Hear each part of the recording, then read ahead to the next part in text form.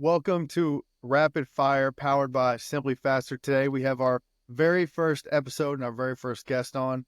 Welcome Stephanie Mock, the Assistant AD of Sports Performance at Pitt. How you doing, Stephanie? Justin, I'm doing great. Thanks so much for having me on. Exciting. First episode. Let's do I it. know. Let's go. Let's see if we can get it smooth on episode one. We'll jump right into it. I wanted to kind of, pick up on something that you dropped off at SimpliFaster for us, and that is designing and implementing a roadmap for sports science collaboration. You wrote about this topic for SimpliFaster, but for those who didn't get a chance to read that article or want to know more about kind of what that means, can you dive in on that topic and kind of shed light on what that means to you? Yeah, it was crazy because I read that article like right when I got to Pitt. So that was like the early stages of starting the roadmap. So to be honest, I'm on year 4 at Pitt now. And I put together a 3-year plan. So whenever I kind of looked back at the article, I was reflecting like, did I do what I said I was going to do Yeah. for goals and objectives? So when I laid that out, it was like year 1, lay the foundation. So that was all about my first year here, educating sport coaches and administration, like what is sports science? So yeah, this was 3 years ago, when sports science was still like building a lot of momentum in college sports. Hmm. So for that, what is sports science? I introduced like our sports science playbook of what different pieces I had at that time. What's my philosophy? Why do we have sports science as another just area of support for the performance team? We hosted an open house, so we had all the different sport coaches and support staff come into the weight room at that time because we're building a new sports science lab. But come in, explain to them what we have as resources, why this area is important to them, or how it can really support them and answer questions they may have. And then the last part of like the year 1 model was just developing a curriculum for our sports science interns coming in. And then we have a master's program at Pitt. So our sports science master's students as well. So that was year 1, laying the foundation. Year 2, I kind of thought about it as clearly building a house. So it was more of like the build, the frame, the install. And that was, we hired our first ever director of sports science at Pitt. I oversee strength and conditioning and sports science. So hire our first ever director of sports science, evaluate the current setup once I hired that person in. So that was Dr. Felix Prossel. We looked at what's working, what can be improved, and what is not working, right? Because nobody's Hmm. perfect. We established systems at that point in time. So really implementing and optimizing our athlete management system. And then also eliminating unnecessary data collection is important. So reducing noise and maximizing efficiency of the data we were collecting. And then creating partnerships, like external partnerships to help us fund and get money for our sports science master's students. Because everyone thinks about like the GA positions. So we partnered with Catapult for a basketball sports scientist. And then we also partnered with Hawken Dynamics as well for like an up and coming riser scholarship. And then Diamond Kinetics, a piece of technology that's utilized in baseball and softball. That was invented at Pitt, which is a really fun fact. So we added 2 sports science positions, one for baseball and then one was softball. So that was year 2.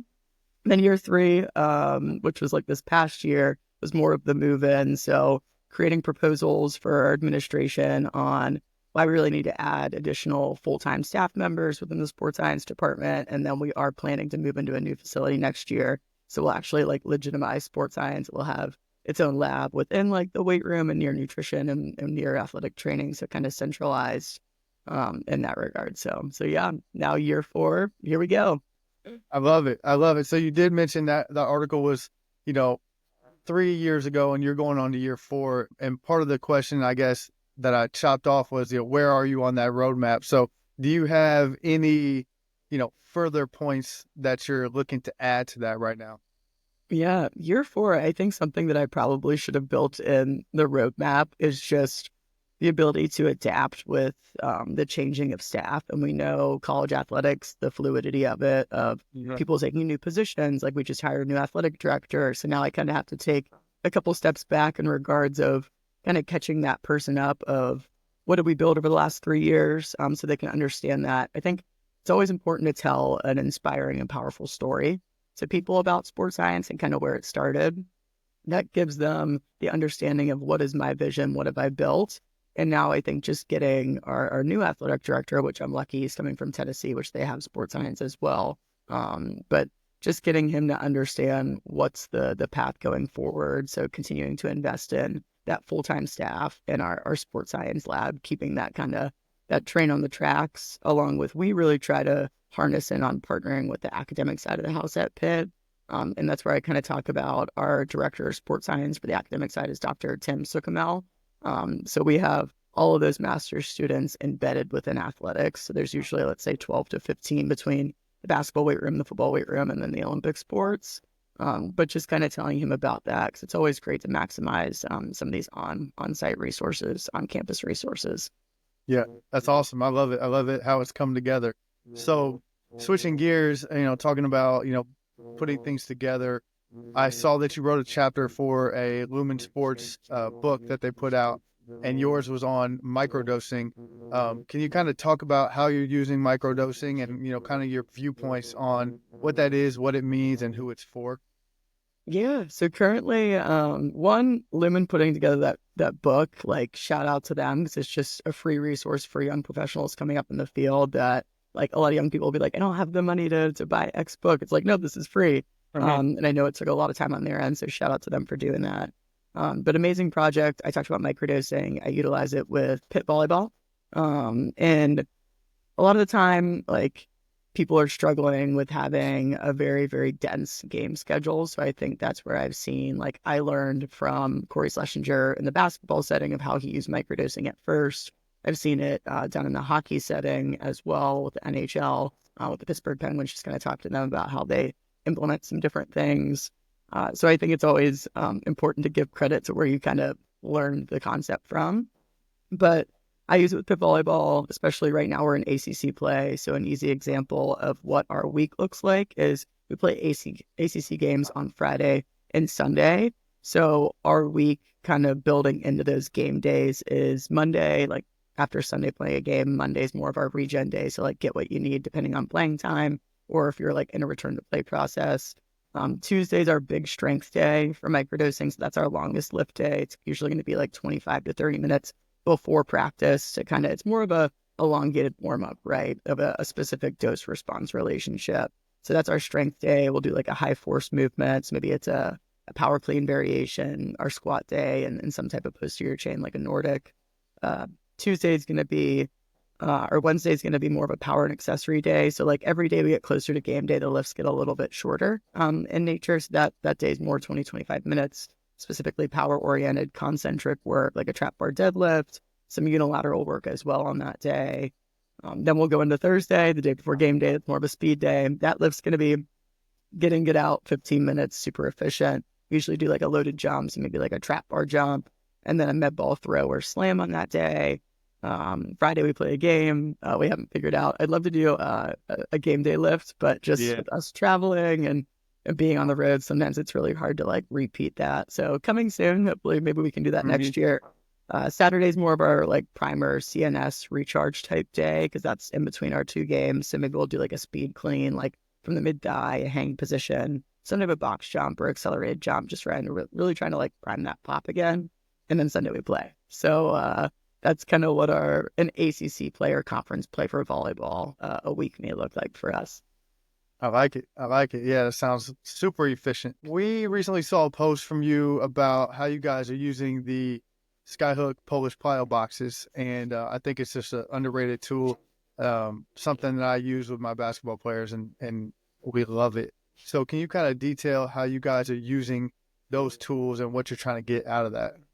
Yeah, and man, like what a huge investment and like extremely helpful for me with volleyball or like a basketball, let's say, because the one thing that you see a lot of the time, I'm a very solutions-based person. We were kind of talking about that earlier, Justin, of like last year with volleyball, the biggest injury we're starting to see is like girls landing on each other under the net and on uneven surfaces, and you'll see a rolled ankle or whatever else. So I think I was trying to find a solution to that problem of like, how can we work on lower limb stiffness, and rigidity and stability and things like that. So I love that the Skyhook Polish boxes, it gives me those different angles, which will really challenge the calf and ankle in different ways, right? And that's what we're going to see in sport. It's our job as prep coaches to get them ready for that. And the one box in particular that I like really use to kind of introduce the girls into training with the Polish boxes, I really like the half pipe or like the circular box. especially because it's easier to scale the intensity, right? The other one, it's so great, the one that's a little bit more of like a rigid angle, but it's not as easy to kind of scale that intensity. So I started them on like two kind of like regular like pogos or lower amplitude plyos, 2 to 1. So it'd be like 2 in the middle, 1 on the side. And I told them as they're working up that half pipe, like just understand the higher you go, the more intense it's going to be. So it's really easy to progress them on that half pipe or circular box. So I really like that. And I think one thing that we do a lot of as well is just when you're thinking about some of like the stability on the pad and like return to play and things like that, and trying to work on inversion, eversion of the foot and ankle and stability of the knee. Like everyone wants to do that balance work, but I think like really what you're going to get with the Polish boxes is you're also going to get that intensity along with that as well. So I think they've been a huge value add as another tool in the toolbox for me to utilize with volleyball for sure. 100%. All right, so last one here, and then we'll let you go. I want to know an unpopular opinion or, a hot take about college performance training or strength conditioning that you feel like, maybe everyone won't agree with, but you're passionate about.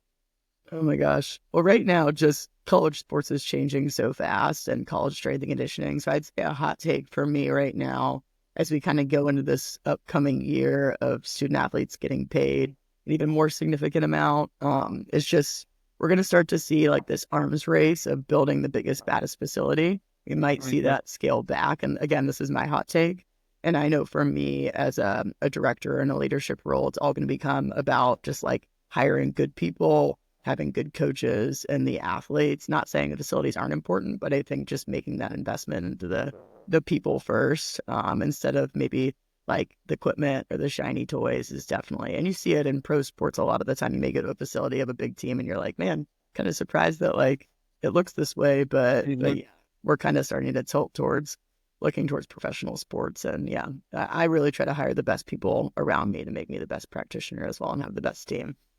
Absolutely. People matter. Well, thank you so much, Stephanie, for jumping on here and being our first guest. I think we did a pretty good job keeping it rapid. If people want to learn more about you and, see your resources that you put out, where can they find you? Yeah, Twitter and Instagram at Coach Seth Mock. Like, if you direct message me, I'll get back to you as soon as possible. If you want to email me something more formal, smock@athletics.pitt.edu is pretty easy. But yeah, one of those 2 channels or 3 channels would be great. Awesome. I appreciate your time. Thank you so much. Thank you, Justin.